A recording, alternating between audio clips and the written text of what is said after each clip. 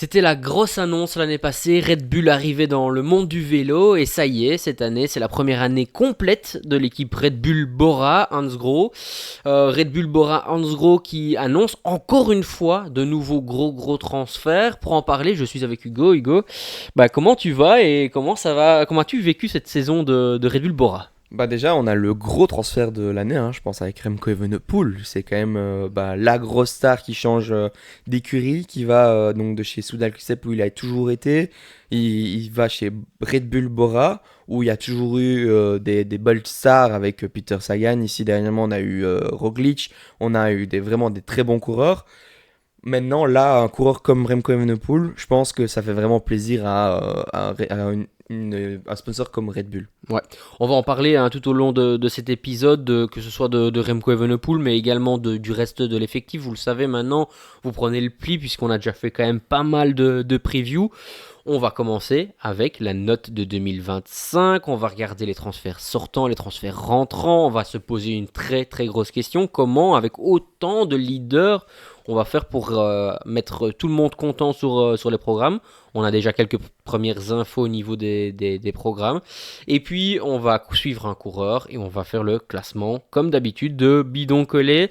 Hugo, vas-y, ça y est, tu peux y aller, tu peux te déchaîner. Vas-y, quelle est ta note? Moi, je vais être très sévère pour cette équipe parce que pour moi, elle a fait une très mauvaise saison. Je vais mettre la note de 4, comme les 4 seuls coureurs qui ont su exister dans cette équipe pour moi.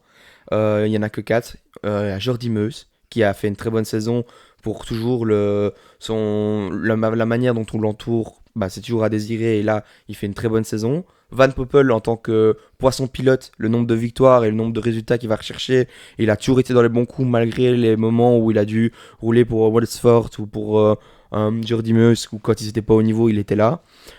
Lipovic, qui a fait sauver le Tour de France et sauver cette saison, qui est pour moi le 4, c'est vraiment grâce à lui parce que le moment le plus important de l'année, on a su en parler grâce à lui. Et le dernier, c'est Roglic qui est toujours. Même pas Pellizzari? Si, Pellizzari, mais pour moi, ça le met pas. C'est un coureur qui était dans les standards et il a fait mieux que les standards que je voulais. Mais pour moi, il y a vraiment 4 qui. Si tu enlèves la saison de Pellizzari, pour moi, j'aurais quand même mis 4, je veux dire, à cette équipe. J'aurais pas changé énormément mon classement avec les résultats que Pellizzari, vu l'effectif qu'il y a chez Red Bull Bora. Je trouve qu'il y a la moitié des coureurs qui n'ont pas existé, qui n'ont pas su exister. Ouais. Moi je te rejoins, 4 aussi. Je vais même être plus strict avec toi, c'est 0 pour les classiques. Et puis je mettrais un 7-8 pour les grands tours. Et encore pas avec les coureurs que l'on attendait. Parce que je peux citer un grand nombre de coureurs qui ont été décevants. On peut aussi mettre un 0 pointé pour Royer Lascano qui nous fait un cas de dopage, ou en tout cas des suspicions. Mais tant que c'est pas prouvé, on n'en dit rien. Mais voilà, je voudrais quand même mentionner que ça nous déplaît énormément. Ouais. Donc du coup, les classiques, on peut passer. Ça te dérange pas, on commence par ça parce que c'est vraiment le nœud du problème. Pour moi, le problème était non seulement à propos du niveau des coureurs, mais en plus de ça, c'était vraiment par rapport à la tactique en plus pour cette équipe. Je me souviens, tu avais fait de Jordi Meus dans un épisode par rapport à la preview du Newsblad, ton favori, un de tes favoris en tout cas. Il marchait très bien avec le Tour d'Algarve. Ouais, où il avait très bien performé. Et là, on arrive sur un Newsblad plutôt attentiste où on sait tous que ça va arriver presque. Enfin, on sait tous, ou en tout cas, on se doute tous que ça va arriver à un groupe assez important au sprint. Toutes les conditions étaient là. Et finalement, le premier équipier, on va dire, sacrifié par l'équipe Red Bull Bora, pour un Tratnik, pour un Tim Van Dijk ou un Mick Van Dijk, c'est Jordi Meus, leur arme fatale au niveau du sprint. Et donc, du coup, on se retrouve dans un final sans sprinter, alors que ça devait venir au sprint. Non, je te rejoins, c'est incompréhensible. Et comme je le disais, en plus, c'était la période où il marchait réellement très bien, même s'il a marché toute la saison, toute l'année. Mais franchement, moi j'ai pas compris du tout. On s'est envoyé même des messages, on se disait comment c'était possible. Et puis c'est pas le seul, c'est pas le seul incompréhension. Il y a Laurens Pitty qui n'a pas été au niveau. Pour moi, les frères Van Dijk qui n'ont pas été au niveau. c'est vraiment tout noir, tout blanc par rapport à l'année dernière chez Visma, où ils ont eu leur chance avec leur... Pour moi, c'était encore plus un épanouissement pour les frères Van Dijk de venir chez Bora, parce que ils avaient su à exister chez Visma quand ils y étaient, et ils passent chez Bora maintenant où ils sont leaders, enfin leaders, en tout cas co-leaders avec d'autres coureurs, et ils n'y arrivent pas. Donc là, j'ai quand même beaucoup de questions, je me demande pourquoi. Est-ce que c'est cette... Et moi j'ai une question là-dessus cet avant entourage directement. C'est sur cette équipe de classique, qui, mais vraiment, hein, qui est le leader et qui est équipier? Bah, bonne question. Sur le Pour... papier, ça devrait être normalement Laurent Pitty le Ouais, leader pour moi. des classiques. Mais on a une... Oui et non, parce que ce qu'a montré Laurent Pitty, sur un an, on a vu de belles choses, mais on n'a pas de certitude quand ça dépasse 200 bornes. On n'a pas de certitude sur... C'était un moment d'une saison, qu'on n'a pas encore eu des certitudes sur plusieurs saisons, sur plusieurs moments. Il y en a plein des coureurs qui ont fait des très bonnes saisons au début de classique sur une saison et qui ont disparu après. Ouais, mais quand on l'a. Je me souviens encore, hein, dans le départ chez Française des Jeux, à l'époque, on avait dit oh, quelle grosse perte, ça va être le coureur de l'avenir. C'est un coureur qui est très jeune, je sais pas quel âge il a, mais je pense qu'il doit être dans les 22-23 ans, quelque chose comme ça. C'est un coureur qui l'air de rien, qui est très rapide, qui ose, qui est audacieux, qui tactiquement avait fait chaque fois presque les bons choix. Et là. Ben moi je me demande même, est-ce qu'il a pris part à ces courses-là? Et tu parles de 300, de 250 km pour oui, Paris-Roubaix, oui, pour le Tour des Flandres, mais Het Nieuwsblad, c'est moins de 200 km, Kuurne, c'est moins de 200 km, et toutes les autres, à part peut-être le 3 qui passe un tout petit peu les 200 km, ben c'était tout, et les Game. Mais après, c'est pas grave, mais ce que je veux dire, c'est que le reste, il était où? Enfin, soit, c'est un peu une question que je me pose, et où moi je me pose vraiment, c'est comment. Parce que ici, vu que toute l'équipe a un niveau qui est en dessous du niveau, de un, est-ce que ça vient de la préparation physique, premièrement? Deuxièmement, ça vient des coureurs qui sont peut-être pas avec le mindset qu'il faut par rapport à ça? Ou trois, est-ce que la direction sportive a fait des choix directement catastrophiques? Parce que c'est pas possible que des coureurs, comme tu viens de dire, qui volaient tous l'année passée, se retrouvent cette année à un niveau zéro. On va prendre le cas le plus flagrant, c'est Tratnik. Ouais, Tratnik. Et puis, moi, je reviens juste sur Laurent Pitty parce que moi, ça m'a un peu marqué début de saison. J'avais un peu l'impression qu'il était Enfin, c'est très difficile de dire ça quand on regarde à la TV, mais je l'avais trouvé plus massif que ce qu'il n'était avant. Alors, c'est un coureur qui est déjà très massif quand tu le regardes à la TV ou quand tu le vois passer. Mais moi, j'ai eu un peu cette impression que il n'avait pas l'air d'être dans la forme de sa vie. Et chez les Van Dijk et comme tu dis, les Tratnik, bah, j'ai pas senti cette forme, cette puissance que même quand il fait un effort, il faut boucher un trou, il faut aller faire un petit effort d'explosivité, il y avait personne qui avait vraiment la patte, comme on dit. Et je trouve que ça, bah, comment tu veux faire de résultats quand même toi, quand tu es dans le peloton, on n'a pas l'impression d'être... Parce que le nombre de coureurs qui se tentent bien avant les premiers moments d'explosion, les premiers moments où les favoris se font la guerre, il y en a plein qui font des petits efforts, etc. Où on le voit, on se dit, ouais, ils sont quand même forts pour reboucher un truc comme ça. Chez Bora, zéro. Il n'y a aucun coureur qui m'a fait vraiment cette impression-là, hormis Jordi Meeus et dans Van ce Poppel, début. Et Van Poppel. Et donc, c'est quand même fou que cette équipe a su se maintenir parce que ils font 6ème en World Tour, mais vu le budget qu'ils ont, ils devraient être dans le top 3 minimum. C'est le minimum syndical. Et c'est con qu'on met tout notre budget pour les Flandriennes, pour les grimpeurs dans les grands tours, etc. Et les seuls qui tiennent la baraque, c'est les sprinters, c'est les jeunes. Et les jeunes qui se découvrent. Avec Pellizzari, pour moi, Pellizzari, c'est une très très bonne surprise. Jamais je pouvais espérer ça. Ouais. Et je me souviens pas, mais c'est qui le meilleur coureur sur Liège-Bastogne-Liège? Parce qu'au final, Liège-Bastogne-Liège, c'est l'air de rien. Maxime Van Gils a été recruté en grande pompe pour ça. Parce que là, on vient de parler des classiques, mais flandriennes. Les classiques ardennaises, ouais. C'est Van Gils, c'est Daniel Felipe Martinez. Il n'y a pas de... C'est 7ème Martinez. 7ème, voilà. Bon, ouais. Après, c'était quand même un bon résultat, ça. Alors, un bon résultat, par contre. Mais ce que je veux dire, c'est que, comme tu le dis, déjà de 1, Martinez, c'est vrai que bah, c'est peut-être un très bon coureur, mais c'était peut-être pas le leader de base avec Van Gils qui était là. Van Gils qui a eu, on se souvient, des petits problèmes à ce moment-là.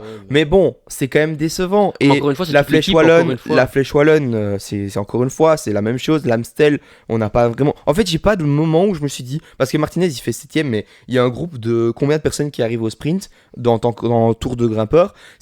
Martinez il fait 7ème pas en tant qu'homme fort, il fait 7ème grâce à un sprint. Bon, il était là quand même, parce qu'il y a quand même 40 personnes qui finissent plus ou moins dans le même temps, hormis Ouais, Pogacar. après, 7ème, c'est 7ème. Ouais, mais ce que je veux dire, c'est qu'on les a pas vus en tant que patron. On les a Non, pas ça vus non, ça non. comme le Red Bull Bora devrait être. Pas Ouais. comme, par exemple, Ineos peut courir. Ineos, A eux, été ils plus courent impressionnant, sur les Flandres des Ardennaises, pardon, et même sur les Flandriennes, ont été plus patrons alors qu'ils ont un effectif beaucoup moins grand et beaucoup plus affaibli que Red Bull Bora. Et si on prend maintenant les grands tours, alors on a un Giro qui était normalement fait pour Primoz Roglic qui a dû abandonner et donc il a été sauvé par Pellizzari qu'on a déjà mentionné à plusieurs reprises. On a un Tour d'Espagne pour reprendre l'ordre d'importance peut-être qui a été là plutôt bien géré avec Hindley très bon et aussi. Pellizzari et la preuve que deux leaders peuvent coexister puisqu'ils se sont super bien entraînés. Pellizzari qui gagne une étape, Hindley qui fait 4ème si je me trompe pas ou en tout cas fait 4-5 au Tour d'Espagne. Et puis ce Tour de France qui, oui, est sauvé par un Lipovic qui était très très fort, mais encore une fois, je suis vraiment désolé, mais comment est-ce qu'on peut laisser cette tactique de Roglic et Lipovic qui sont ensemble, on protège Roglic alors que Lipovic est plus fort, Lipovic est devant, Roglic attaque, c'était même un gros grand n'importe quoi. Roglic a toujours décidé de ne pas rouler pour Lipovic. Donc voilà, moi ma question que je me pose c'est qu'as-tu trouvé vraiment du Tour de France? Est-ce que finalement c'était un bon Tour de France pour toi ou pas, sachant que c'est cette cacophonie stratégique? Bah quand même, parce que ça reste quand même au niveau sportif un bon Tour de France, parce qu'une 3ème place sur le Tour de France, bah il y a beaucoup d'équipes qui... En fait, c'est peut-être le seul endroit où ils ont su être faire mieux que par exemple Lidl Trek cette saison. Parce que pour moi, c'est un budget qui est plus ou moins similaire que Lidl Trek. Ils devraient être au même niveau qu'eux. Ils ont l'effectif pour être au même niveau qu'eux. Mais là, on a parlé de Liège-Bastogne-Liège. Lidl Trek, c'est 3 coureurs dans le top 10. Bon, c'est peut-être un moment important, mais on regarde les Flandriennes. Il y a Mats Pedersen et Steven et qui Vasek font. Enfin, Thibaut Nys qui est en train d'être une révélation. En fait, tous les coureurs qui sont là, les Pitti, les Van Dijk, les Van Gils, etc., ça devrait être les Thibaut Nys, les Badioli, les Chicon, pas les Pedersen, mais les Vasek. Enfin, c'est des coureurs qui devraient être à ce niveau-là. Je suis d'accord. C'est ce qui manque. Et je trouve que même le Pedersen qui fait une saison de fou, ça devrait être le Roglic. C'est pas le même profil, mais ce que je veux dire, c'est la UCI, ça doit être autant de points UCI. Et je trouve que même Roglic, qui maintenant est quand même vieillissant, faut quand même se le dire, qui fait 2 grands tours encore cette année, alors à son âge et avec toutes les courses qu'il a quand même fait. Après, vu qu'il a pas fait le Giro jusqu'au Oui, bout, mais il a quand même fait commencer le Giro, sa préparation, etc. Et pour arriver encore au Tour avec la forme qu'il avait, c'est déjà très bien. Et ici, cette année, maintenant, il va pas faire le Tour de France, etc. Mais pour moi, Roglic était le Pedersen de chez Bora. Et même malgré tous ces stars et cet effectif où on doit faire des points, on n'arrive pas à les faire. Et c'est même pas en termes de points, parce que pour moi, c'est en termes de victoires. Je trouve que c'est quand même décevant. 3 victoires avec une, deux. Bon, il y a quand même du World Tour, mais c'est quand même très peu que par rapport à ce que une Soudal Quickstep par exemple peut faire. Ils sont derrière Soudal Quickstep et c'est vrai qu'il y a Remco Evenepoel, mais Remco Evenepoel gagne pas beaucoup cette année chez Soudal Quickstep. Non, mais donc Tati Merlier, Paul Magnier, oui, mais ouais. mais c'est quand même ce qui manque. Et même au niveau du Et sprint, même Sam Welsford a été décevant. Parce que finalement, il gagne au Tour Down Under et puis c'est tout. Mais bon, je pense qu'il y a encore une question juste avant qu'on passe, parce que sinon on va vu qu'il y a encore pas mal de points de débat qui vont arriver, on va s'attarder. Mais est-ce que Roglic, la saison qui arrive, c'est la saison de trop? Donc du coup, est-ce que il fait quand même une bonne saison? Est-ce qu'il n'aurait pas dû s'arrêter sur une saison comme ça? Mais c'est vraiment difficile. J'ai envie de dire non parce que j'ai envie de croire encore à un bon résultat, encore un grand tour. Et peut-être ou même un podium parce que sûrement que les Pogacar et les Vingegaard vont faire les 3, au moins un sur les 3. Mais moi j'ai envie de dire non, mais peut-être que je me trompe. Ok. Et toi? Ouais, je n'aurais pas répondre, c'est pour ça que je te pose la question. Mais non, C'est sympa ça. je pense que malheureusement, il n'a pas le caractère et la personnalité que pour partager un leadership. Et je pense que ça va nuire à son image. Physiquement, il va être capable, mais son image va prendre un coup aussi sur cette saison. Et j'espère, il n'est pas prévu, mais j'espère qu'il va aller faire le Tour de Suisse pour pouvoir gagner ce dernier tour qui lui manque de ces tours d'une semaine. Sachant qu'en plus, le Tour de Suisse a été raccourci par rapport aux autres années, ce qui devrait peut-être l'avantager. Est-ce que s'il arrive à gagner, je sais pas moi, 2, 3 tours d'une semaine sur la saison, est-ce que c'est pas déjà Oh, si, si, mais il une n'arrivera pas à deux réussite? trois tours, c'est beaucoup, hein, c'est Ouais, non, beaucoup. je sais Non, bien, mais je pose la question. mais ce serait excellent, et le problème, je pense, c'est qu'il est beaucoup sur le même programme que les deux autres, donc du coup, ça va être très très compliqué. On passe au transfert sortant tout d'abord, avec, ben, on en a parlé, mais hier Lascano, mais il vaut mieux qu'on Ouais, n'aborde pas le sujet. Et puis, je te laisse, parce que je vois que tu as la liste devant toi, ouais. donc je te laisse. Ben, premièrement, on en a un peu parlé brièvement, mais Sam Wellsford, Ouais, c'est un des grands sprinteurs de l'équipe. ouais. Ben, 12 victoires 12 professionnelles. victoires professionnelles, souvent au Tour de Under, souvent au World Tour. Tour de Pologne, je pense, Renault ou Renault Tour Tour, pardon, ouais. et d'autres courses où il a gagné quand San même. Juan, ouais. Mais je trouve que cette saison, il a démarré en boulet de canon, comme il Comme l'a chaque déjà année. fait. Mais plus jamais il n'est revenu au niveau. Plus jamais il n'a su encore remporter de courses. Donc je trouve que un peu décevant. Oui, bah, je pense que il était temps de le laisser partir, sachant qu'il y a quand même dans l'équipe deux super sprinteurs qui arrivent déjà pas trop à trouver leur place au niveau du programme, que ce sont Jordi Meus et Danny Van Poppel. Honnêtement, Sam Force il est très très fort quand la course n'a pas été très dure. Si la course a été un peu trop vite ou un peu trop dure, malheureusement, bah, ces dernières années, ça n'a pas été le cas, contrairement à Jordi Meus et Danny Van Poppel. Et puis, j'ai oublié le nom, mais il y a un Italien en plus dans l'équipe développement qui est en train d'exploser au niveau du sprint. Donc, du coup, pourquoi pas le prendre quand même sur certaines courses Pro Series. Donc, du coup, si on fait la somme de tout ça, bah, je pense qu'il était nécessaire pour Samuel Force de partir et de Bora de s'en séparer parce que je pense pas qu'il était bon marché comme sprint, comme coureur. Une question qui me viendra plus tard que je viens d'avoir, mais j'espère ne pas l'oublier, donc rappelle-le-moi. Ouais, c'est vrai. Un autre coureur qui part, pour moi, c'est peut-être la plus grosse perte, une des plus grosses pertes de cette équipe, c'est Sobrero. Pourquoi une des plus grosses pertes? Parce que, bah, justement, on en parlait qu'il y a des très bons coureurs dans cet effectif, mais il y a un manque de coureurs polyvalents et qui peut être plusieurs fois très bon équipier dans plusieurs secteurs, plusieurs terrains. Et je trouve que c'est un des coureurs qui était le mieux, que ce soit sur les grands tours, les tours d'une semaine, ou même quand ce soit en tant que grimpeur ou rouleur, quoi. Ouais, bah on va pas vous le cacher, hein, l'équipe Red Bull Bora, même avant de faire la preview, on a déjà fait une preview entre nous parce que c'est une équipe qui nous tient à cœur, ou en tout cas qui a eu énormément de changements et sur lequel il y a énormément à dire. Et on a déjà eu des débats intenses et longs entre nous. Et Sobrero, c'est quand même un point sur lequel on est d'accord, c'est un des seuls coureurs qui a cette valeur-là dans l'effectif. Oui, il y a des tout meilleurs grimpeurs du monde, et peut-être tout meilleurs équipiers. Oui, il y a peut-être des meilleurs rouleurs du monde avec des Nico Dens etc. qui peuvent tirer des longs, longs bouts droits, les frères Van Dijk, etc. Mais entre les deux, bah oui, il y a Cataneo, bah on en parlera dans un instant, mais qui va arriver. Mais c'est quand même rare des coureurs de ce talent qui peuvent être dans les 30-40 derniers grimpeurs, mais qui sont capables d'être là dans les bordures, qui ont l'explosivité pour te ramener, pour aller chercher des bidons. Donc voilà, c'est un peu ce qui manque, je pense, qui va manquer de l'année prochaine dans cette équipe. Et une équipe qui a eu la vision, c'est Lidl Trek en allant le chercher. Encore une fois, c'est con, mais pour moi, j'essaye de faire un peu une comparaison, même s'il n'y a pas lieu d'être, parce que c'est pas toujours dans les mêmes terrains qui se battent. Mais pour moi, si tu veux aller enfin, sur un grand tour et essayer d'être performant, c'est un coureur qui est très utile. Ouais, je suis d'accord avec toi. Donc, Continuons peut-être avec Ryan Mullen, bon coureur, qui est bon rouleur, qui a toujours été très important dans l'effectif pour les sprints et pour les sprints, pour arriver et essayer d'arriver au sprint en tout cas.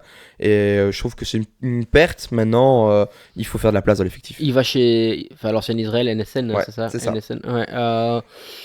Je pense qu'il va trouver son rôle avec Binyam Girmay et je pense que il était fort lié quand même à Welsford et je pense que Welsford et Van Poppel.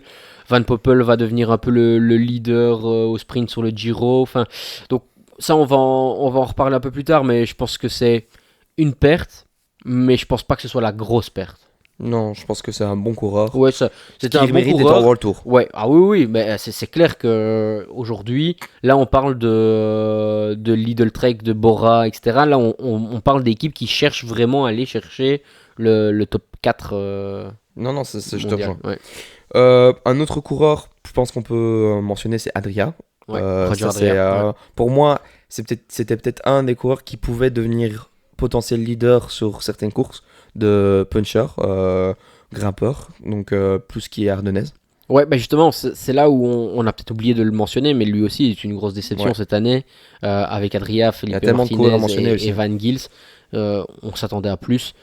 Je pense qu'il a besoin d'un nouveau départ. Il a fait juste une très très bonne saison, mais à quel niveau? Et donc du coup, encore une fois, quand on est capable de faire ce niveau-là, de tenir ce niveau-là sur un championnat du monde, sur des courses de World Tour, etc., je m'attends toujours un peu à plus. Ouais, mais un Non, peu je déçu. te rejoins et j'espère qu'on va retrouver ce beau niveau qu'il avait l'année dernière. Pas cette année, mais l'année dernière.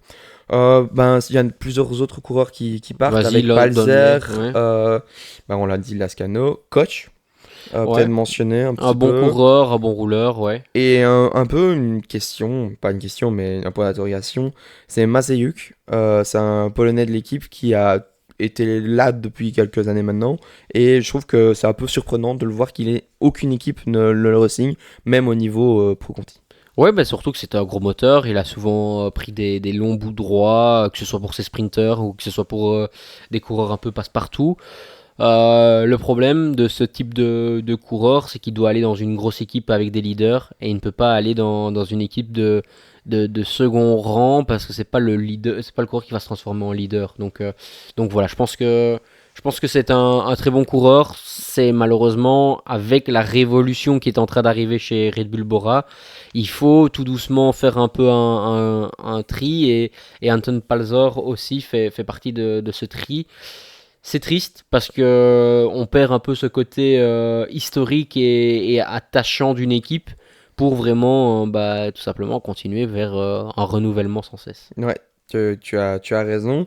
Parlons renouvellement avec les transferts entrants. Ouais. On va aller sur les jeunes avant pour un peu montrer que justement, c'est peut-être l'une des équipes de développement qui fait monter le plus de coureurs cette année avec Boishi, Adrien, un très bon coureur. On a eu à l'interview aussi, un Français Ouais. qui a sa place dans cette équipe. Oui, et en plus, jusqu'à présent, il faut pas oublier que Red Bull est sponsor principal, ou en tout cas copropriétaire de l'équipe, et que, en plus de ça, lui, il fait beaucoup de VTT. Et Red Bull, c'est quand même assez important. En plus de ça, il n'a pas démérité sur la route, il a été constant, consistant, c'est un gros moteur qui va quand même assez vite, je trouve. Donc je me réjouis de voir ses débuts chez les pros. Il a signé pour 2 ans. Je pense que c'est quand même un test. Il a 2 ans pour essayer de montrer sa valeur et montrer sa place. Ouais, ouais, ouais. Maintenant, faudra voir ce que ça va donner parce que à côté de lui, il y a quand même un gros effectif. Ouais, ouais, après c'est clair qu'on Il est jeune, hein. on va pas signer le Pablo Torres Non. ou le Isaac Del Toro, ça c'est clair. Mais par contre, c'est un coureur qui va faire je suis vraiment persuadé, c'est un coureur qui va faire une très longue carrière, qui va avoir sa chance, qui va remporter des belles victoires. Donc j'y crois. Si c'est pas cette année, il faut vraiment pas presser ce coureur-là parce que je pense que c'est un gros talent. Continuons avec 2 bons coureurs. C'était déjà un bon coureur, hein, mais 2 très bons coureurs avec un qui a fait deuxième du Giro Espoir. C'est Tuquel. Ouais. Bon, encore une fois, on va pas se mentir, quand on fait deuxième d'un Giro Espoir, c'est qu'on sait gérer quand même la pression, qu'on sait bien grimper. Et je pense que ça va être un coureur qui va apprendre beaucoup. J'espère que grâce à son équipe rookie, elle pourra faire un peu des courses 1.2 ou etc. pour continuer un peu l'apprentissage, continuer à gagner. Et puis, pourquoi pas apprendre sur des Catalognes ou sur des Tirreno Adriatico, etc. Je pense que ça peut être pas mal. Paris-Nice aussi, pour apprendre un peu les bordures et les côtes, enfin les cols du sud de la France, ça pourrait être pas mal. Mais j'ai une question pour toi justement, parce qu'aussi on a Thornley aussi, ces deux coureurs qui ont fait le Tour de l'Avenir cette saison. Ouais. Bon, Thornley c'est un peu plus vieux que Tuquel, mais est-ce que pour toi, quand tu as fait une fois le Tour de l'Avenir actuellement, c'est difficile d'y revenir? Ou est-ce que pour toi, des fois, il faut faire le choix d'y revenir? Pour moi, on peut y revenir. Quand C'est on une question que voit... je me Ouais, pose non, mais c'est une maintenant, très hein. bonne question. Quand on voit Jarno Widar qui le fait 2 fois, pour moi, c'est une... c'est nécessaire tant qu'on est espoir d'y aller. Maintenant, où moi je suis pas forcément fan, c'est lorsqu'on a fait le passage du monde professionnel, qu'on a fait des courses World Tour comme par exemple le Dauphiné Libéré, comme un grand tour, redescendre au Tour de l'Avenir, ça c'est un peu une déception. Maintenant, on voit, c'est pas parce qu'on est, par exemple, on va prendre Paul Sexas ici cette année qui a fait un Dauphiné Libéré de très très haut niveau, le UAE Tour de très très haut niveau et qui vient faire le Tour de l'Avenir, il gagne, oui, mais les coureurs qui sont derrière lui sont vraiment pas loin et c'est des coureurs comme Jarno Widar qui est espoir et Lorenzo Fin qui est resté espoir et le français qui passe Delcombe. maintenant Delcombe qui passe aussi qui était espoir. Donc ce que je veux dire par là, c'est qu'il y avait des professionnels qui étaient là et malgré tout dans le top 5 il reste quand même 3 coureurs qui étaient en dévo et donc voilà. Est-ce qu'il faut retourner? Ouais, mais par exemple, un Tuquel, 21 Ben j'y ans. retournerai pas. À 21 ans, 10e du Tour de l'Avenir, Ouais. deuxième du Giro Espoir, mais zéro victoire professionnelle. Zéro Ouais, mais victoire j'y du tout. retournerai pas parce que voilà, il a signé en World Tour. Il va faire sûrement une course à étapes World Tour cette année. Ben voilà, je pense Ok, qu'on n'y retourne pas. c'était ma question. Ouais. Et je suis un peu d'accord avec toi, même si, ben, si on a un peu l'envie de tout gagner ou l'envie d'essayer de performer, des fois aussi pour la confiance pour un jeune, c'est très important parce que là, il va peut-être passer donc un professionnel. Il n'aura pas forcément sa carte tout le temps, il n'aura pas forcément le niveau que pour être le meilleur parce que ben, tout le monde n'est pas Paul Sexas. Et malgré tout, il aura 22 ans. Ce sera peut-être aussi sa dernière chance de pouvoir Ouais. redescendre. Après, il faut pas confondre ce que je voulais dire et je me suis Ouais, peut-être mal exprimé. C'est les courses qui sont point 2 U23 et les points 2. Parce que pour moi, si Red Bull Rookie fait, je sais pas, le Tour d'Alsace qui est une course 2.2, la Flèche Ardennaise ou, la famine comme il ou avait la fait l'année dernière. Famenne, ben, je pense qu'il doit de temps en temps y aller pour se redonner du moral. Enfin, la Famenne, c'est un point, donc c'est Ouais. encore un autre débat, mais de temps en temps aller sur des courses qui lui conviennent et avoir tous les autres rookies qui roulent pour lui et lui dire, ben voilà, aujourd'hui, le patron sur cette course-là, c'est moi. Ouais, Voilà, je je pense te que c'est rejoins. Là, et là, je suis plutôt mais d'accord aller le avec toi. voir sur un championnat d'Europe, un championnat du monde ou un Tour de l'avenir ou même un Baby Giro cette année, j'ai pas envie. Non, je comprends ton point de vue. On a fait maintenant les rookies. Ouais. On va passer peut-être à une grosse recrue pour moi, pour justement les Flandriennes, là où bah, ça a vraiment pêché cette année, c'est Gianni Vermeersch. Et ça, c'est peut-être le lieutenant réel de Mathieu Van Der Poel sur les Flandriennes. Est-ce que c'est aussi un coureur qui va arriver, qui va être décevant, ou est-ce qu'il va pouvoir relever cette équipe, justement, avoir la structure? Et déjà, est-ce qu'il va même, question même ailleurs, est-ce qu'il va être le leader? Ben alors, c'est une très bonne question. Je pense que c'est la plus grosse perte de chez Alpecin. Pour moi, c'est le cas. On en a parlé avec Quinten Hermans. Je sais plus si c'est avec toi que j'avais fait la preview, mais je pense que oui, d'Alpecin. Ouais. Euh, oui, c'est une très grosse perte pour eux. Par contre, où moi je me pose encore une fois la question, c'est que si tu me poses la question est-ce qu'il va être leader, c'est qu'il y a un doute. Et s'il y a un doute, ça veut dire quoi?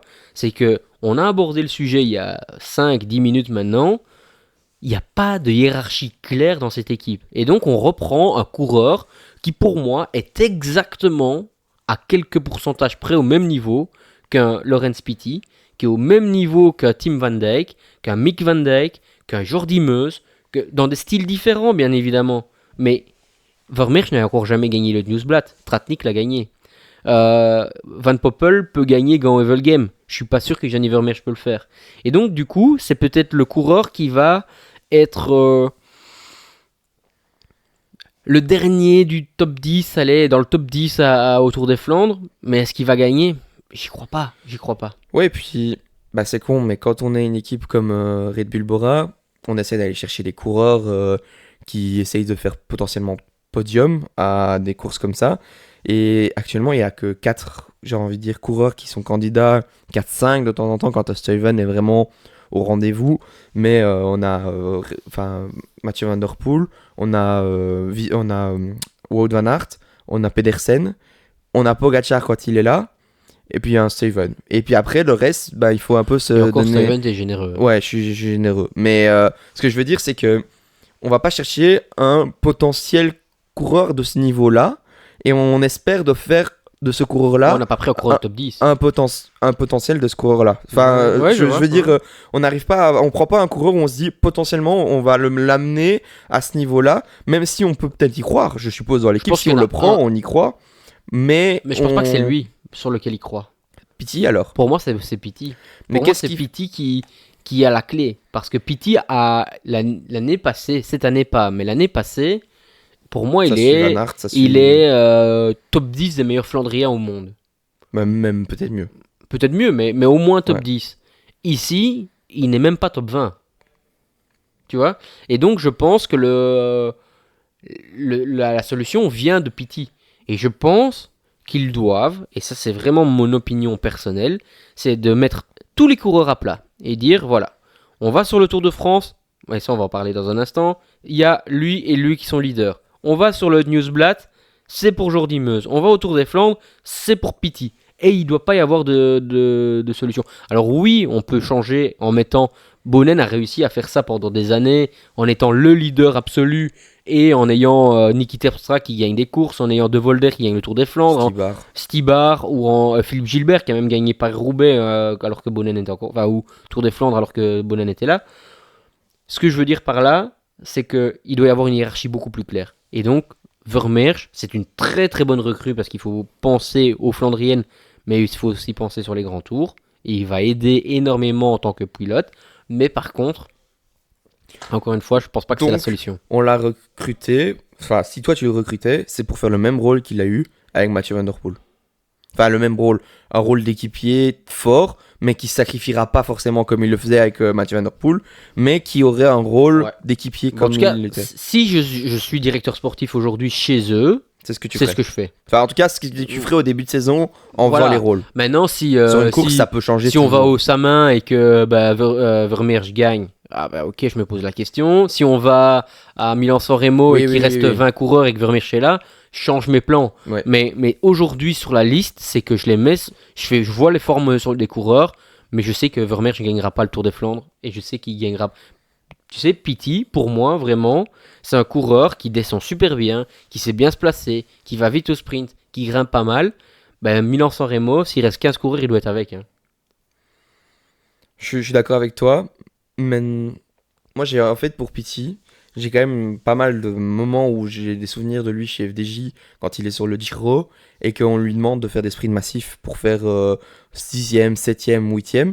Est-ce que aussi on n'est pas dans un moment où on doute chez Pity de est-ce qu'on ne le ferait pas aussi potentiellement, il n'a pas le talent d'un Paul Magnier sur le sprint, mais le faire prendre du poids pour essayer de le faire rendre plus explosif, que ça Non. n'a pas marché?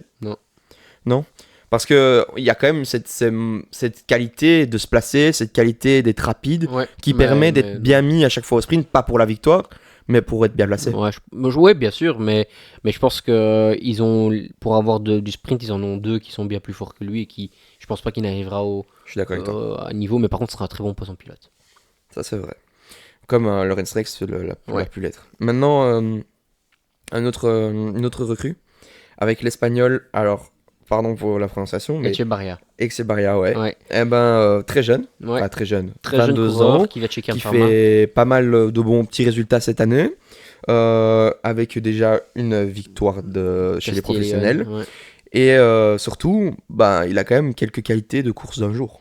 Ouais, c'est un coureur qui passe bien les bosses, mais qui est quand même puncher. Et donc, je pense qu'il pourrait vraiment apprendre sur des courses d'un jour au niveau du World Tour. Cette année, chez Kern Pharma, il a eu sa chance à multiples reprises. Et j'aimerais le voir sur un grand tour pour apprendre. Le problème, c'est que les places sont très, très, très chères sur un grand tour chez Red Bull Bora. Et donc, bah, voilà, je ne sais pas comment ça va aller. Mais en tout cas, c'était un coureur à prendre et je suis content qu'il ait pris parce que ça, c'est pour moi la bonne surprise et un peu le seul pari un peu risqué qu'ils prennent, mais sans être un risque. Pour moi, c'est un talent pur. Et il doit quand même de temps en temps courir avec les espoirs pour toi.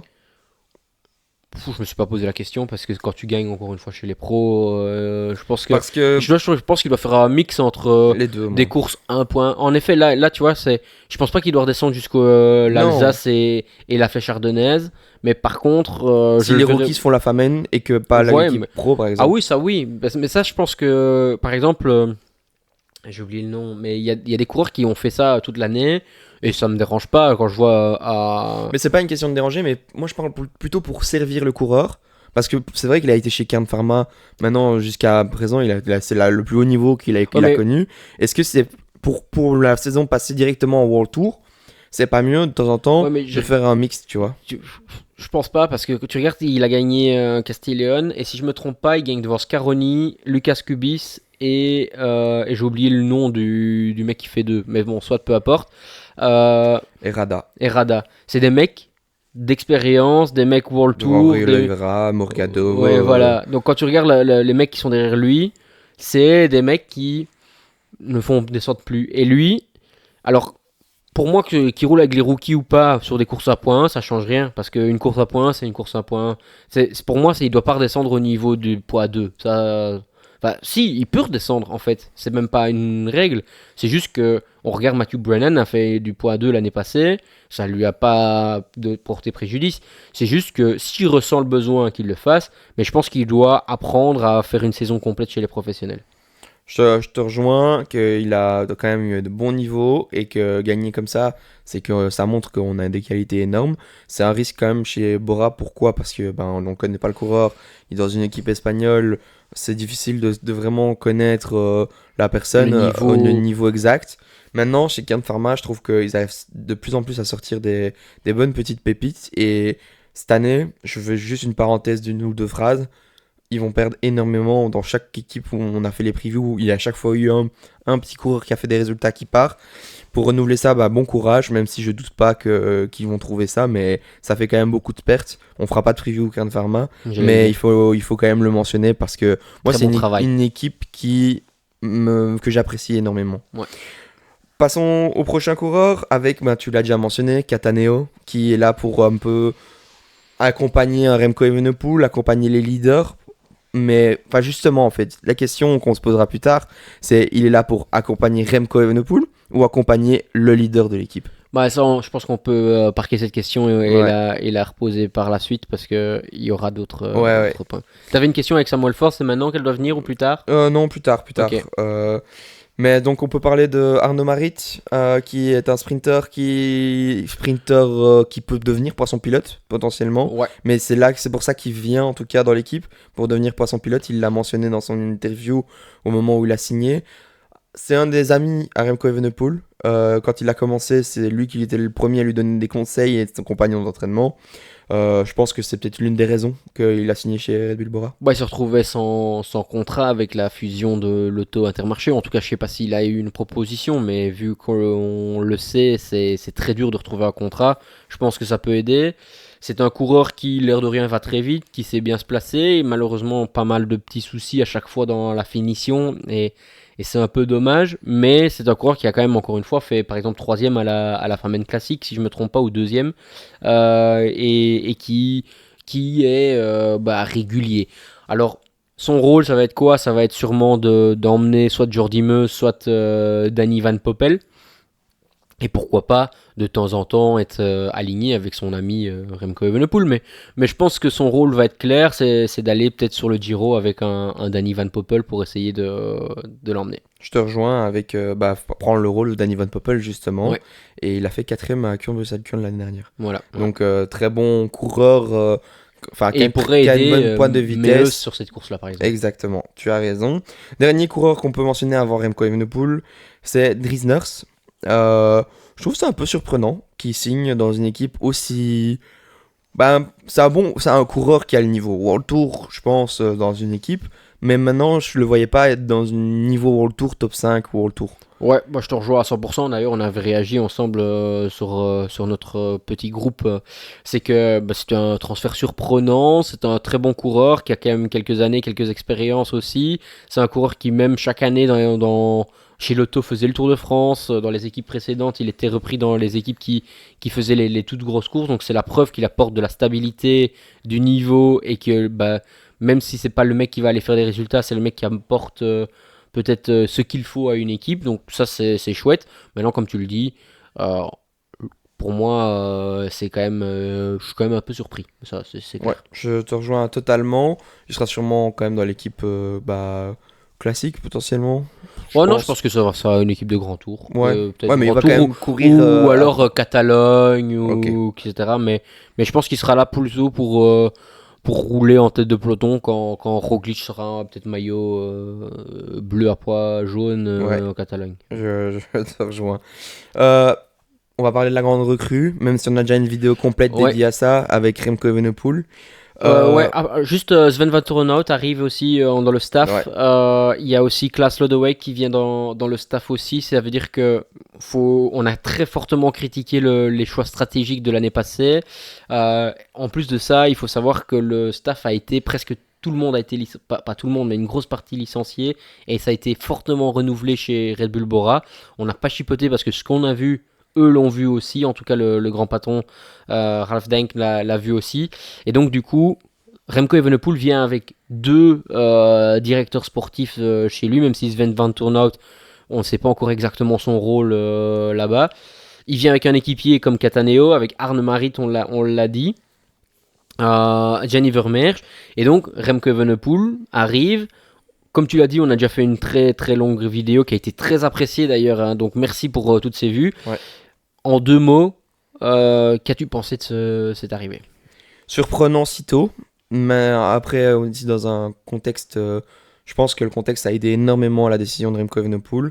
Maintenant, je pense pas que c'était le moment, que ce soit pour Bora ou que ce soit pour Remco Evenepoel. Maintenant que c'est fait, il faut que ce soit bien géré. Ouais, bah, alors on passe à la grosse question. C'est Ouais. très très très bonne transition. Ouais. On dirait que tu as fait ça toute ta vie.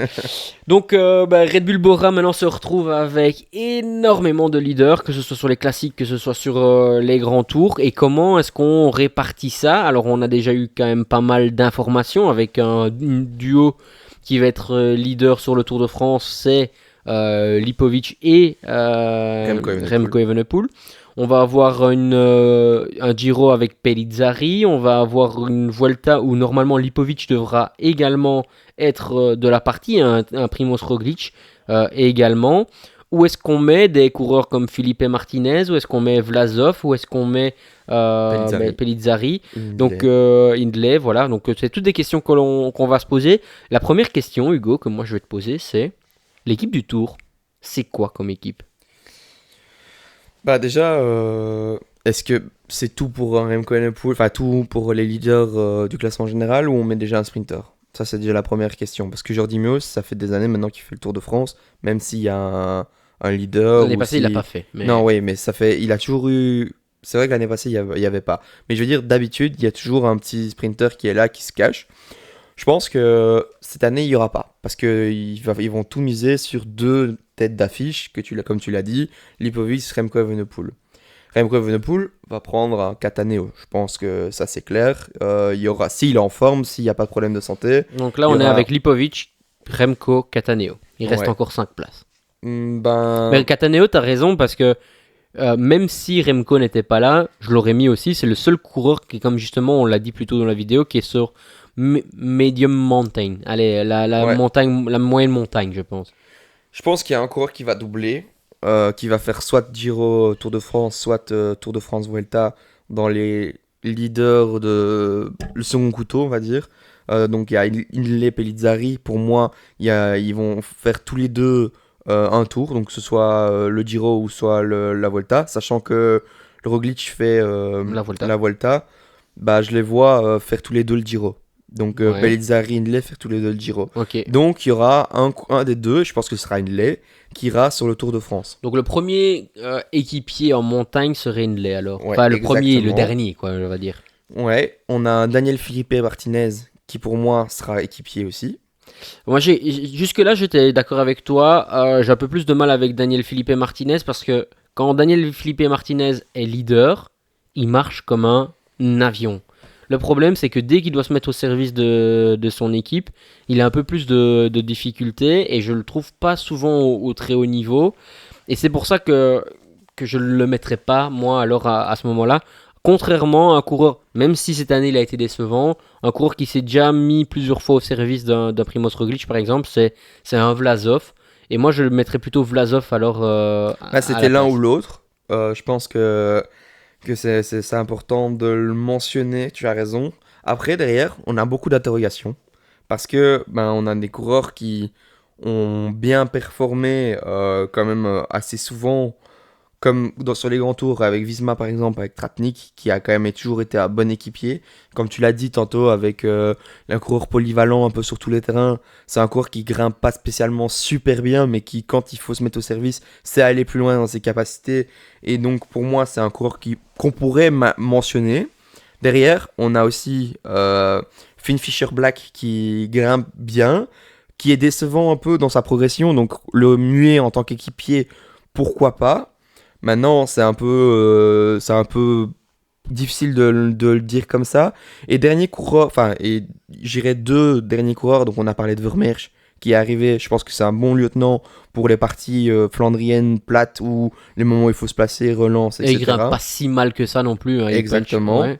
Et le dernier coureur que je voulais mentionner, Nico Dens, non, c'était Aliotti. Aliotti, ah ouais, Aliotti, Aliotti, ouais. pour moi, est celui qui pourrait encore être là pour faire la combinaison de tous les secteurs, être bon équipier un peu partout. Ouais, alors il faut comprendre que quand on fait ce débriefing et cette partie-là, c'est que il y a deux choses qu'il faut savoir, c'est que un, ils auront sûrement pas le maillot jaune. Non. Sûrement, ou en tout cas pas tout le tour. Sauf après un chrono Ouais, potentiellement. peut-être, ouais.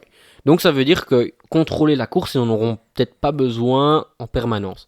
Deuxième point, c'est que si on fait la course à l'armement, il y a une équipe ou deux équipes qui sont plus fortes qu'eux et qui auront toujours plus de coureurs devant. C'est UAE et Visma. Si, peu importe qui est le meilleur coureur chez Red Bull Bora pour aider Remco et Lipovic, il y aura toujours devant des Almeida, il y aura toujours devant des Del Toro, des Sivakov, des Adam Yates, des Marc Soler, etc.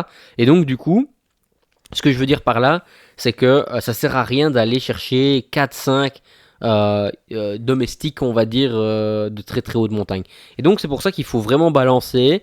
Et moi, ce que je chercherais vraiment, c'est qu'on a vu ces derniers mois et dernières années que Remco Evenepoel a un petit peu eu un problème de positionnement ces derniers temps.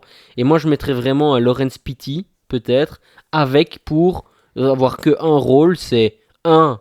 Bah, si ça, il y a un problème avec l'équipe, bah, il peut quand même toujours aller faire un petit résultat à gauche à droite. Et de deux, bah, s'il y a une côte à 5 km de l'arrivée, bah, le mec qui place soit Remco, soit Lipovic, ça doit être un Vermeersch et l'autre. J'allais dire, est-ce que Vermeersch n'a pas justement Ouais, cette mais mission-là? je trouve que Vermeersch est moins explosif. Et donc, du coup, arrivera peut-être moins en première ou deuxième position dans ce virage. Tu vois ce que je veux dire? Je suis pas 100% d'accord avec toi parce que si c'est un coureur qui est trop explosif, un Remco Evenepoel n'a pas cette explosivité que pour le suivre réellement. Et je pense que là où je pense actuellement, Pitty n'a pas le même sens de la course qu'un Vermeersch. Et Vermeersch est... Alors, je me trompe peut-être, hein, mais Vermeersch, pour moi, c'est justement l'assurance d'avoir un cyclocrossman de base qui peut se placer quand il le faut, quand il y aura une relance, un coureur de kermesse réellement, quoi. Ouais, bah, pour moi, les deux peuvent faire Ouais, ce rôle-là. Et il y a deux leaders, faut pas oublier. Donc, du coup, je ouais, pense qu'il faut avoir un c'est vrai. chacun. Et alors, du coup, est-ce que il y a vraiment. Bah, de un, est-ce qu'ils vont avoir un concurrent pour le podium? Parce que finalement, est-ce que la concurrence n'est pas que entre deux? Bah, il y a Ayuso qui est là. Est-ce Euh, que pour toi, Ayuso pourrait les châtier? oui, clairement, je pense que oui. Et puis, moi, je trouve que il y a aussi, même au sein de UAE, Del clairement, Toro? Del Toro, euh, même, j'ai envie de dire, Only, tu le vois les oh, châtiller? bah maintenant il est chez Ineos, donc ça change aussi beaucoup de choses. Ineos a aussi une très bonne équipe avec Bernal, avec Rodriguez, Only. Enfin, là, j'ai même pas encore analysé Ineos parce qu'on n'a pas encore fait la preview, mais je suis persuadé qu'il y a des bonnes surprises dans cet effectif. Donc moi je pense qu'il faut pas se reposer sur ses Gal. lauriers. Pourquoi, enfin Gal, Carapace, même, enfin Après, c'est Gal fera con, pas le tour, mais ouais, ça. c'est con, mais Ben O'Connor. on a encore des jeunes qui vont arriver, pas forcément sur cette année, mais encore une fois, mais on sait pas encore le tour que va faire Paul Sexas, on sait pas encore je sais pas si Widar va faire un grand tour. Euh, c'est des coureurs qui vont arriver les pieds dans le plat, quoi. Quand ils vont arriver, ils vont rentrer par la grande porte. Pas faire des petits résultats par-ci par-là. Je pense qu'ils vont directement se passer sur le général, pourquoi pas. Alors le Tour de France déjà cette année, je sais pas, mais on serait pas à l'abri d'une surprise d'un coureur Qui explose. qui explose cette année. On l'a vu, Lipovic. Pour moi, Lipovic, On a vu Del Tour l'année passée, hein. ouais, mais même cette année, Lipovic, enfin pas cette année, l'année aussi encore avant, Lipovic, il fait le Giro, il fait un très bon Tour de Romandie avant, mais avant Romandie, Lipovic, c'est pas le coureur qu'on suit le plus. C'est pas un coureur qui a le niveau pour potentiellement faire podium à un Tour de Ouais, France. non, tout à fait. Donc je pense que ça arrive d'année en année, et c'est justement ça qui est beau aussi dans le cyclisme, c'est que il y a des éclosions un peu partout. Mais là, moi, ma question que je me pose, et c'est là où je pense la grosse question qu'on peut se poser en général, c'est donc tu as Pellizzari, Inlet pour le Giro, Remco Evenepoel, Lipovic pour le Tour de France, Roglic pour la Vuelta. Déjà, même si, est-ce que Remco Evenepoel, Lipovic peuvent aller à la Vuelta Lipovic le si... fait apparemment. Donc, Ok, mais c'est pas pour encore, l'instant, c'est pas c'est encore pas encore sûr, sûr. mais ouais. Mais Lipovic le ferait. Là-dedans, de un, tu mets où les sprinters? Première Alors, question. ça, je peux te répondre tout de suite. Danny Van Poppel a annoncé qu'il faisait le Giro en tant que leader du sprint. Ouais. Donc, il aurait normalement même un ou deux équipiers avec lui. Donc ça, c'est la première question. Et puis la deuxième question, là-dedans, les coureurs, comme tu dis, qui ne devraient pas faire le tour de l'avenir, enfin, s'ils sont professionnels, ça veut dire premier grand tour, normalement, potentiellement. Tu fais deuxième du Giro Espoir. Et est-ce que tu as ta place sur un grand tour cette année? Bah, je pense que ça va. Alors, je pense qu'il y a le Giro, en fait. Je pense que ça va un peu dépendre de plein de choses, comme les résultats à Tirreno, les résultats à Paris-Nice et ainsi de suite. Après, la Vuelta, même chose. Il y a deux choses qu'il faut savoir qui sont sûres. C'est sur le Tour de France, l'équipe, ça va être l'équipe A. Ça, c'est sûr. Et Maxime Van Gils, où est-ce qu'on le met là-dedans, par Ouais. exemple? Est-ce qu'il fait un grand tour? Est-ce qu'il fait pas de grand Mais tour? Van Gils, Et j'y Van arrive Gils, après, hein. ouais, mais on va y arriver. Et puis, après, il y a ce Giro finalement, Pellizzari Hindley, on a vu, ça marche bien. Ça marche très bien. Je pense que Hindley, à l'heure actuelle, enfin sur 2025, était plus fort que Pellizzari. Mais Pellizzari est Plus plus jeune. jeune, plus de talent, plus de potentiel. Et donc, je pense que les deux s'entendent bien. Et on a vu qu'à un moment, ils se sont entraidés, ils sont partis à armes égales. Finalement, tout le monde est gagnant, puisque un fait 4 et l'autre 6 du Tour Ouais, d'Espagne. tout à fait. Et Et une une victoire victoire d'étape. d'étape. Donc, je pense que c'est un très bon duo. Maintenant, sur le Giro, sur la Volta, ils sont partis en tant que leader. Et est-ce que finalement, pour Red Bull Bora, faire 3, 4, 5, 6e d'un grand tour, c'est une réussite pour une équipe, encore une fois, on le répète, qui a mis la majorité de son budget dans tous les coureurs de grand tour qu'il y a dans cet effectif. Est-ce que ne pas faire podium sur tous les grands tours serait une réussite? Enfin, tu vois, si on fait pas, pour toi, est-ce que si sur le Giro ils n'ont pas un podium, ils ont réussi leur Giro? Non, pour moi non, parce que surtout sur le Giro, normalement la concurrence est moins haute que sur le Tour de France. Et si on arrive à faire podium sur le Tour de France, on devrait, même si c'est pas les mêmes coureurs, potentiellement jouer le podium sur un autre grand tour. Là où j'ai quand même un potentiellement de réponse, c'est que pour moi, Hindley, si la start list est un peu trop élevée, va très vite être trop court au niveau du talent, au niveau du potentiel du gars. Tandis que Pellizzari, j'ai un peu l'impression que pour l'instant il découvre, et il découvre Il découvre réellement avec 2 grands tours deux quand même grands sur une tours, année. ouais. Mais il découvre dans le sens où tout est plus facile quand on découvre aussi. Enfin, c'est difficile un grand tour et je pense que c'est la charge mentale, même découvrir ça, c'est très dur. Mais ce que je veux dire, c'est que c'est toujours de l'euphorie un peu. Et je pense qu'il peut encore s'en servir pour les prochaines années que pour élever son niveau et potentiellement aller faire un podium, aller faire quelque chose sur le Giro plutôt qu'Hindley est plutôt conscient de ses capacités actuellement. Porteur du Et maillot jaune, oui, gagner un grand je tour. sais, mais moi je regarde sur les stats actuelles, enfin sur les stats, sur la pression actuelle, et j'ai pas cette impression qu'il peut encore gagner des steps pour pouvoir faire podium du Giro actuellement sur l'année prochaine par exemple. Et donc, du coup, dernière question, par rapport à ces programmes-là, Roglic va avoir des cartes, peut-être pas toutes les cartes, mais des cartes sur le Tour d'Espagne. Si on se retrouve à une semaine de la fin et que Roglic peut éventuellement gagner le Tour et que Lipovic est plus ou moins dans les mêmes zones, quel choix est-ce qu'on fait, sachant que Roglic est venu avec un fameux contrat, que Lipovic est peut-être la star allemande du futur et que Roglic pourrait devenir le vainqueur historique au niveau de la Vuelta et de plus grand vainqueur de Vuelta, tu vois. On voit l'avenir et on essaye de faire en sorte que ça se passe le mieux, mais pour moi Lipovic L'arme restera numéro 1. l'arme numéro un. Maintenant, à voir aussi sa forme quand il sortira du Tour de France. Il y a tellement de questions et tellement de choses encore peuvent se passer d'ici là.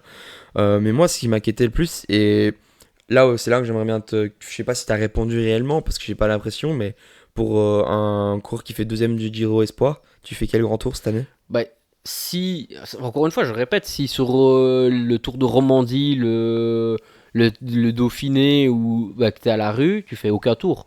Non, mais est-ce que c'est pas le Giro qui pour toi ils Bah, doivent faire? encore une fois, tu dois faire. Fais déjà la. Je trouve, encore une Parce fois, qu'il y c'est. aura plus place sur la Volta pour moi. Bon, alors, ce coureur-là, tu le mets sur le Tour Down Under. Sur le Tour Down Under, s'il est déjà pas dans le top 20, tu te poses une question. Puis après, tu le mets au UAE Tour, qui est sur le chemin du retour, parce que s'il reste encore un peu en Australie, il fait l'UAE Tour. On le sait, il y a le Jabel Lafitte, là où je sais pas quoi. La course, il y a 9 chances sur 10 que ce soit Del Toro qui remporte le classement général. Et donc, du coup, tu vois où il se retrouve. S'il se retrouve pas dans les 40 premiers, il fait pas de grand tour, hein. Mais par contre, s'il est pas encore en grande forme, mais qu'il est pas loin, il fait Tirreno ou Paris-Nice. Et là, on regarde. Mais pour moi, c'est très simple. Ça doit être ce genre de coureur-là en tant que néo-pro. Premièrement, moi, préfère 100 fois le faire la Volta que le Giro parce que c'est trop tôt quand on est au néo-pro, je trouve. Et puis, voilà, je n'aurais aucun doute à retirer un Aliotti. Aliotti de la sélection de la Vuelta pour mettre le Et, futur grand talent. et ce qui est fou, encore une fois, là-dedans, c'est que tu as un Petit, donc du coup, toujours qui est là, est-ce qu'il fera le tour ou Ouais, pas. bon, ouais. Mais Van Gils, tu l'as mentionné. Herzog, qui est toujours là et qui n'a pas encore 21, fait 21, 22 ouais, ans. 21 ans, qui n'a pas encore fait de grand tour, qui a fait une saison cette année sans grand tour. Euh, bon, après, il y a les Moscon, les Tratnik, on l'a dit, les Van Dijk. C'est des coureurs qui, normalement, si tu vas dans n'importe quelle autre équipe, on leur place pour au Ouais. moins un grand tour. Mais je suis pas à 100% d'accord avec Hormis toi. UAE Visma. Hein. Non, je suis pas 100% d'accord avec toi parce que, oui, sur papier et par rapport au talent, mais si on regarde les résultats et la performance de l'année passée, Non, ça c'est vrai. et moi je les mets sur aucun grand tour, et donc du coup, c'est là qu'on se pose la question de, mais finalement, qui est-ce que tu mets sur la Vuelta? Qui est-ce que tu mets sur le Giro? Parce que, oui, Van Poppel va avoir Arme Marit peut-être, ou même Jordi Meus avec, on sait jamais, hein, parce qu'ils sont capables de mettre les 3 sprinters en même temps, vu qu'il y a un problème de hiérarchie dans cette équipe.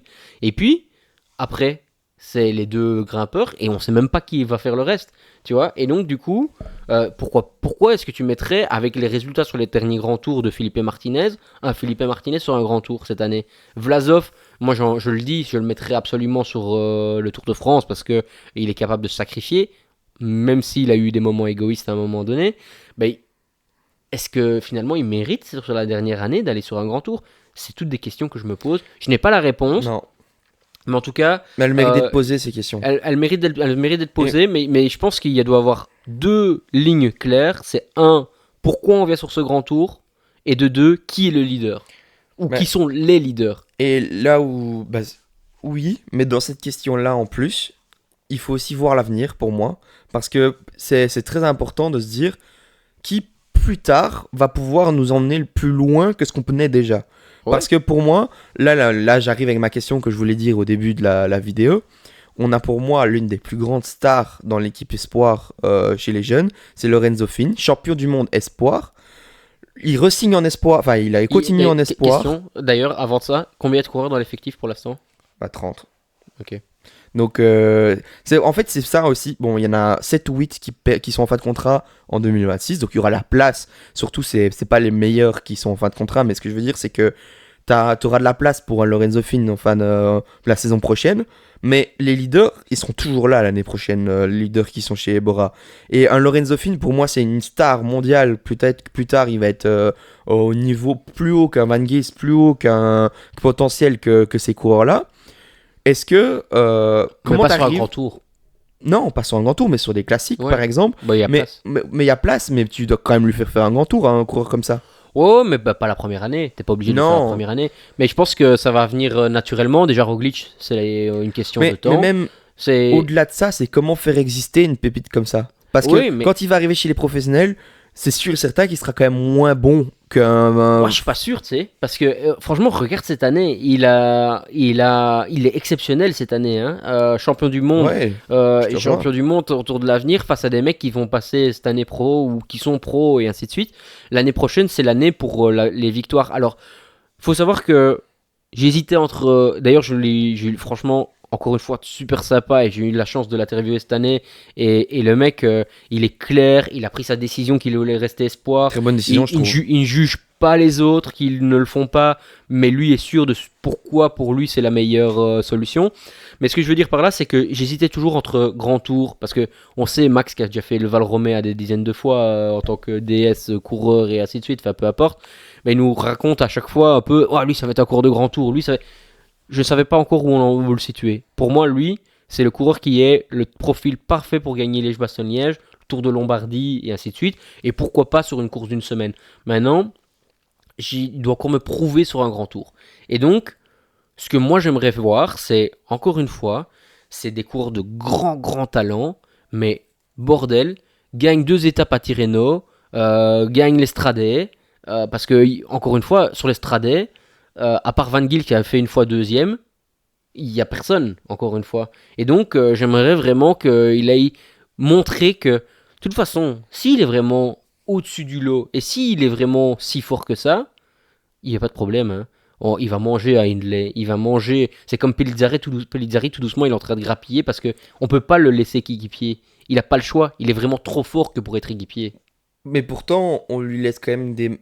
Pour moi, je trouve que Pellizzari a la chance d'être chez Bora et Red Bull Bora, et c'est grâce à ça qu'il a pu justement grimper en niveau comme il le fait, etc. Mais je reste persuadé, par exemple, que même une Visma, par exemple, ou même chez une équipe qui est autant avec un potentiel que chez Bora, eh ben, on s'occuperait plus de lui. On lui donnerait plus sa chance. Je trouve que Pellizzari, même s'il fait une très bonne saison cette année, il fait 5ème, même podium au Giro cette année, eh ben, je suis pas sûr que l'année prochaine, où il se rapproche même qu'un peu de Lipovic, Remco Evenepoel dans la hiérarchie. Moi, je suis pas sûr. Je suis pas sûr, c'est juste qu'aujourd'hui, le problème, c'est que Red Bull a investi tellement d'argent qu'ils veulent des résultats tout de suite, et que à cause de ça, ils veulent le meilleur coureur en meilleure course. Et aujourd'hui, Pellizzari est en train de battre les prédictions, mais aujourd'hui, il y a 15 coureurs de grand tour qui sont meilleurs que lui, peut-être encore, ou peut-être pas 15, mais allez, disons 10. Au moins 10. Et ouais. donc, du coup, Au moins. je pense qu'il a quand même déjà de la chance d'aller en tant que co-leader sur la Vuelta, parce que faut pas oublier que, d'accord, on voit sur le potentiel, on voit sur les éventuellement, et qu'il a fait un super Giro, mais il est co-leader avec un mec qui a déjà gagné un grand tour, qui a déjà porté un maillot jaune, qui a déjà gagné des étapes sur les grands tours, etc. Donc du coup, ce que je veux dire par là, c'est que à son âge, on lui laisse l'opportunité. Lipovic, à 24 ans, ou 23 ans, ou 24 ans, on l'a laissé le co-leader en tant que avec Roglic, alors que Roglic est payé des millions et des millions. Ce que je veux dire par là, c'est que Je trouve que Bora fait énormément d'erreurs dans son recrutement, dans le sens où il prend trop de profils exactement les mêmes à chaque fois. Je l'ai déjà dit, problème de hiérarchie. C'est la même chose dans leur leader de grand tour. Par contre, c'est au tour de Lorenzo Finn de dire hé les gars, le patron de l'équipe, c'est Remco, peut-être, mais c'est Surtout moi. dans son secteur. Et Mais puis c'est après, moi. c'est lui, ouais. C'est moi parce que aujourd'hui, j'arrive, je suis le champion du monde sortant de ma catégorie. On va voir l'année prochaine, mais c'est encore un parcours qui va lui convenir. Je peux encore être champion du monde. Je vais aller faire le tour de l'avenir. Peut-être que au lieu de faire 3 4e comme certains, non, je vais le gagner. Et quand j'arrive, donnez-moi les places de leader sur le Tour de Catalogne. Et alors, tu gagnes le Tour de Catalogne, tracasse pas. Hein. Au Tour de France, t'y es. Ou au Tour d'Espagne, t'es Après, leader. gagner le Tour de Catalogne, il faut déjà battre des bons coureurs. Non, mais alors si t'es pas capable de gagner le Tour de Catalogne, ou si t'es pas capable de faire un top 5 au Tour de Catalogne, je vois pas pourquoi l'équipe te devrait te donner de la liberté. Gagner, il y a une différence. Mais non, mais je comprends ce que tu veux dire. Et moi, là où je veux juste, dernière chose que je veux dire avant de passer au coureur à suivre, parce que là, on fasse une très longue vidéo, mais il y a beaucoup de choses à dire. Justement, je pense que le secteur où ils sont peut-être les plus forts, c'est les Ardennaises, pour moi, là où ils ont le plus de potentiel. Avec l'arrivée de Remco. Parce qu'ils ont Remco Evenepoel maintenant, et pour moi, avant d'être coureur de grand tour, Remco Evenepoel, c'est un coureur puncher grimpeur, donc dans le sens rouleur et sur les Ardennaises, coureur de classique. Il est accompagné d'un Van Gils qui a peut-être fait l'une des meilleures saisons pour un puncher l'année dernière, pas cette année, l'année dernière. Lorenzo Finn qui arrive. Il y a plein d'autres coureurs avec Finn Fisher Black. Roglic qui a déjà gagné. Roglic qui a déjà fait. Pour moi, la question que j'ai envie de te poser, est-ce que avant même de penser au Grand Tour, avant même de penser aux Flandriennes, avant même de penser au sprint, là où il faut vraiment se mettre d'accord et être au top du top, c'est pas les Ardennaises? Si, parce que tu as fait un très bon argumentaire, donc je vais pas essayer de débattre là-dessus, mais si, c'est vrai que si on prend le meilleur coureur sur un Grand Tour, c'est peut-être le 3e meilleur coureur avec Lipovic Remco, on va dire. 3 ou 4e. 3 ou 4e, allez. Sur les sprints, ils sont même pas dans le top 5, même pas dans le top 10 pour moi.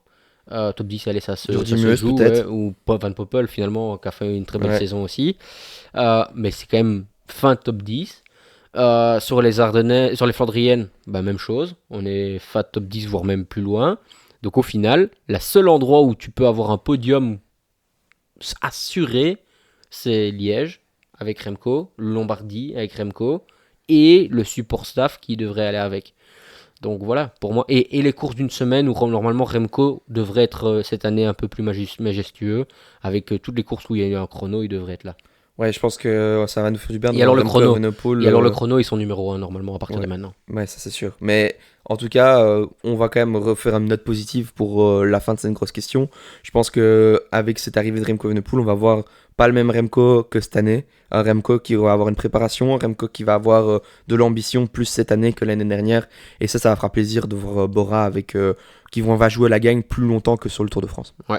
On va aller au coureur à suivre et je reviendrai avec une autre question sur Remco un peu plus tard. Mais quel est ton coureur à suivre du coup? On en a un peu parlé, c'est Van Poppel avec le sprint. Champion des Pays-Bas. Ouais, champion des Pays-Bas. Même au-delà de ça, c'est la première fois qu'il a dit qu'il allait faire une saison complète en tant que leader. D'habitude, il est poisson pilote et il a dit que c'était un peu chaque année, il hésitait, qu'au final, c'était poisson pilote parce qu'il préférait ce rôle-là. Ici, il a dit que ça lui faisait plaisir de faire à 100% un rôle prédéfini pour lui en tant que leader. Il allait faire le Giro en tant que leader. J'ai envie de dire, Mazel Tov, enfin, on peut le voir, on va pouvoir le voir à son plein potentiel parce que souvent quand il était leader, c'est parce que son sprinter n'était pas bien ou n'était plus là et souvent ça se résumait en podium ou victoire. Et donc j'ai envie de voir un Van Poppel qui pour moi est potentiellement top 5 des meilleurs sprinters du monde ou top 5, top 6, top 7 peut-être, mais en tout cas ça se joue à pas grand chose. Parce qu'au niveau des sprints longs, c'est peut-être l'un des meilleurs. Ok.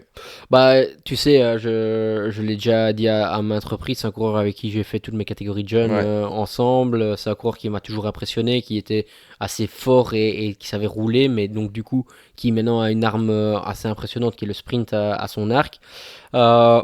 Oui, il a jamais été leader. Il a eu toujours des très belles équipes et c'est pour ça qu'il a dû toujours rouler pour d'autres.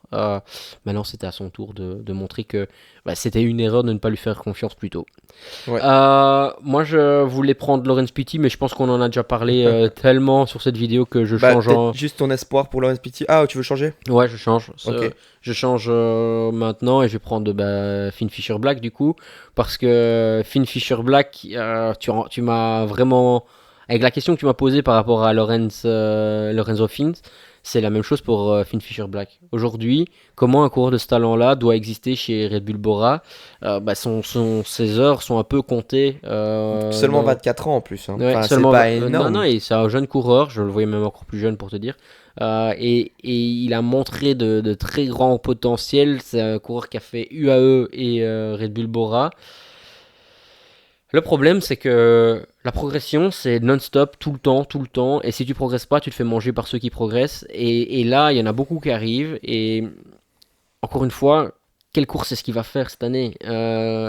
J'aimerais vraiment que.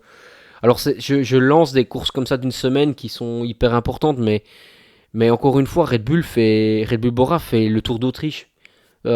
Pourquoi est-ce qu'il va pas gagner ce fameux Tour d'Autriche? Le Tour d'Allemagne, c'est du punchy. C'est un super coureur explosif. C'est un coureur qui va bien chrono. La Lula Tour, qui peut aller. L'année passée, il y a 2 ans, il a fait 2 troisième. Mais j'aimerais bien qu'il revienne encore à ce niveau-là. Et Finn Fisher Black, désolé, mais aujourd'hui, avec le talent qu'il a, c'est peut-être des coureurs les plus talentueux du peloton. Mais aujourd'hui, dans l'équipe, je me demande s'il a sa place dans quelle course il a sa place en fait. Je me pose la question et il faut vraiment qu'il se bouge les. Ouais, mais je te rejoins et souvent bah, il est très fort au tout début de saison avec le Tour de Under, avec l'UAE Tour d'ailleurs, c'est ses meilleurs résultats cette saison. Troisième place au Tour de Under, sixième place à l'UAE Tour, c'est des très bons résultats. On peut se dire qu'après il a ouvert sa saison avec... il a plus que à faire des bons résultats parce qu'il va être leader. Bah pas du tout, il va sur les Ardennaises, DNF, DNF, DNF, et puis après il fait le Tour de Pologne, bah bof, et il va sur la Vuelta fin d'année où il fait pas une super bonne Vuelta. Donc au final, est-ce que ça donne envie de miser sur un coureur comme ça? Je Pas pense qu'il trop. a eu des problèmes de santé quand même parce que c'est Ouais, pas normal de courir si peu. tu as Mais, raison. et je pense que pour nuancer un peu nos propos sur les classiques ardennaises, je pense que toute l'équipe a été un peu malade, mais malgré tout, ça peut pas arriver. Et donc voilà, Finn Fisher Black, voilà, j'aime vraiment beaucoup ce coureur, c'est pour ça que Bah, je me permets d'être aussi dur moi avec tu le lui. sais très bien, j'ai toujours eu un peu d'espoir pour lui parce que j'ai toujours eu l'impression que chez UAE, il lui manquait le pouvoir d'avoir Opportunité. voilà, cette opportunité, avoir la chance d'être leader. Mais c'est pas possible d'être sur une saison, enfin si, d'avoir des problèmes de santé, oui, mais si tu fais des courses, c'est que t'as un minimum de préparation et ne rien montrer sur une saison depuis l'UAE Tour, c'est quand même décevant et j'attends beaucoup plus de lui. C'est sa dernière chance cette année parce qu'en 2026, il aura plus de contrat, enfin dernière chance, il trouvera sûrement une équipe parce que vu le talent qu'il a Ouais, quand bien même, sûr. Mais peut-être pas à mais ce niveau-là. pas à ce niveau-là, c'est sa dernière chance de pouvoir au moins re-signer ou avoir sa chance en tant que leader ou même homme fort ou co-leader sur des courses. Donc autant qu'ils prennent sa chance cette année. Ouais. On les a mis où au niveau classement? On les a mis quatrième ou troisième? Quatrième. Quatrième. Avec devant eux, on a des bonnes équipes. Donc on va T'allais pas les dire. dire, ah Ouais. ouais. Mais sinon, on va vous spoiler tout le classement. Mais sinon, je pense qu'ils peuvent pas être plus bas. Et ça, surtout avec un nouveau, avec un Remco Evenepoel maintenant, si t'es plus bas que ça, c'est que ta saison est ratée. Ouais, et puis Remco, c'est quand même énormément de points. Je pense que les classiques ardennaises et flamandes peuvent rapporter énormément de points aussi. Donc ouais, je te rejoins. La question que moi je voulais te poser tout à l'heure et sur laquelle je voulais finir la vidéo, et d'ailleurs, n'hésitez pas à répondre en commentaire parce que c'est vraiment la question que l'on se pose tous et que j'aimerais vraiment, vraiment vous voir répondre, c'est est-ce que pour toi, donc deux questions, pour Remco, c'était le bon choix, Red Bull? Non. Et est-ce que pour Red Bull, Remco était le bon choix? Tu vois, dans le sens inverse. Pour Red Bull, oui, parce que Red Bull, c'est une marque qui est quand même qui a besoin de coureurs comme ça, de coureurs qui ont allez, le caractère comme il l'a. Maintenant, pour Red Bull, oui. Pour Red Bull Bora, non. Ok. Et je pense que pour Remco Evenepoel, j'aurais préféré le voir un an plus chez Soudal et seulement partir l'année après, parce que tous les efforts que Soudal a fait pour lui ont été balayés par un Remco Evenepoel non performant cette année, dû aux problèmes de santé, aux problèmes de l'entourage, enfin tout ce qui était le contexte autour de lui. J'aurais bien voulu finir sur de bonnes notes, et là, c'est pas le cas. Et pourquoi c'était c'est pas le bon choix pour moi, Red Bull?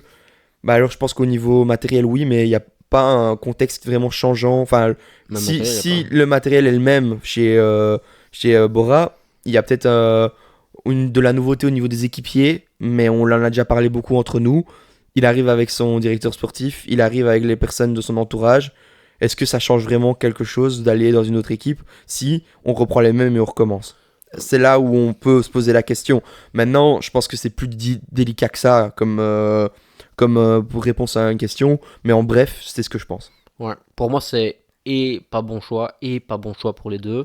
Dans le sens où, en fait, c'est quoi le plafond réel de Remco Evenepoel? Est-ce qu'il va gagner un jour le Tour de France? Et tant qu'il y a Pogacar, tant qu'il y a Vingegaard, j'ai vraiment du mal à le voir les surpasser. Et je pense pas que le fait de changer d'équipe changera quoi que ce soit pour ça. Et donc, du coup, Remco change d'équipe pour faire le même résultat. Alors, oui, il y a de l'argent. Alors, si c'est que l'argent, peut-être que oui, c'est le bon choix. Et puis, pour Bora, finalement, si c'est pour prendre un troisième du Tour de France, pourquoi ils ont pas gardé Lipovic? Enfin, tu vois, pourquoi ils mettent pas tout sur Lipovic du coup? Ouais, mais alors tu Donc, gagnes aussi pour les classiques, parce que faut pas l'oublier. Et ouais, sur les championnats du monde, sur les ouais, je suis pas championnats d'accord d'Europe. parce que Red Bull Bora a un seul et unique objectif, c'est être le vainqueur du Tour de France ou la meilleure équipe. Ouais, mais je suis d'accord et pas d'accord avec toi, parce qu'avoir un meilleur champion du monde, c'est aussi quelque chose qui est. Est-ce que tu trouves que Red Bull Bora, par exemple, je sais pas moi, s'il est champion du monde parce que pour moi, la deuxième plus grosse chance actuellement mondialement pour avoir le maillot de champion du monde, c'est Remco Evenepoel. Ouais, Ça la reste quand deuxième même. chance. Parce Mais que finalement, tant que t'as Pogacar, tu n'auras pas de champion du monde non plus. Ou alors, faut qu'il soit mais vraiment haute forme. on est quand même sur une saison, moi j'aimerais bien quand même le rappeler, chaque fois on oublie un peu, où Remco Evenepoel n'est pas à 100% de ses capacités. Je pense que oui, il y a eu, mais il y a tout s'est répercuté toute la saison. J'ai pas envie de trouver des excuses parce que c'est pas. Moi, je trouve que Remco Evenepoel n'a pas le talent et n'a pas potentiellement la force de pouvoir concurrencer Pogacar, mais il n'était pas dans le meilleur contexte cette année que pour pouvoir y Et arriver. c'est quand la dernière fois qu'il était dans le bon contexte? Euh, Sur le Tour il y a 2 ans. ouais, pas cette année, l'année Ouais. avant quoi. Ça veut dire que depuis 1 an et demi, il est Il n'a pas entre- progressé. Ouais, il n'est pas. De un, il n'a pas progressé. De deux, il est avec des ups and downs. Et donc, moi, ce que je me pose là comme question, c'est comment est-ce qu'il va réussir à gérer ces ups and downs. Ouais. Enfin, Bonne Hugo, question. On va finir on la va vidéo là-dessus. arrêter là parce que sinon, on va passer la nuit. Mais merci à vous encore une fois de suivre ces débats animés. En tout cas, c'était la preview peut-être la plus attendue pour moi. Et Ouais. même si on a déjà fait plusieurs vidéos là-dessus, c'est toujours un plaisir de débattre. Il y a même d'autres questions que j'ai en tête, mais qui pourraient Ouais. continuer. Trop longue. En tout cas, Ouais, si vous big voulez. up à celui qui nous a vraiment écouté jusqu'à maintenant parce que Ouais. ça fait vraiment les passionnés là. En effet, et donc n'hésitez pas à nous dire vraiment, comme je le répète, mais est-ce que pour vous c'était le bon choix pour Red Bull ou pour Remco Evenepoel? Ça m'intéresse vraiment de savoir. N'oubliez pas de vous abonner, de liker la vidéo, et nous on se dit à très très bientôt pour une nouvelle vidéo. Ciao ciao. Ciao.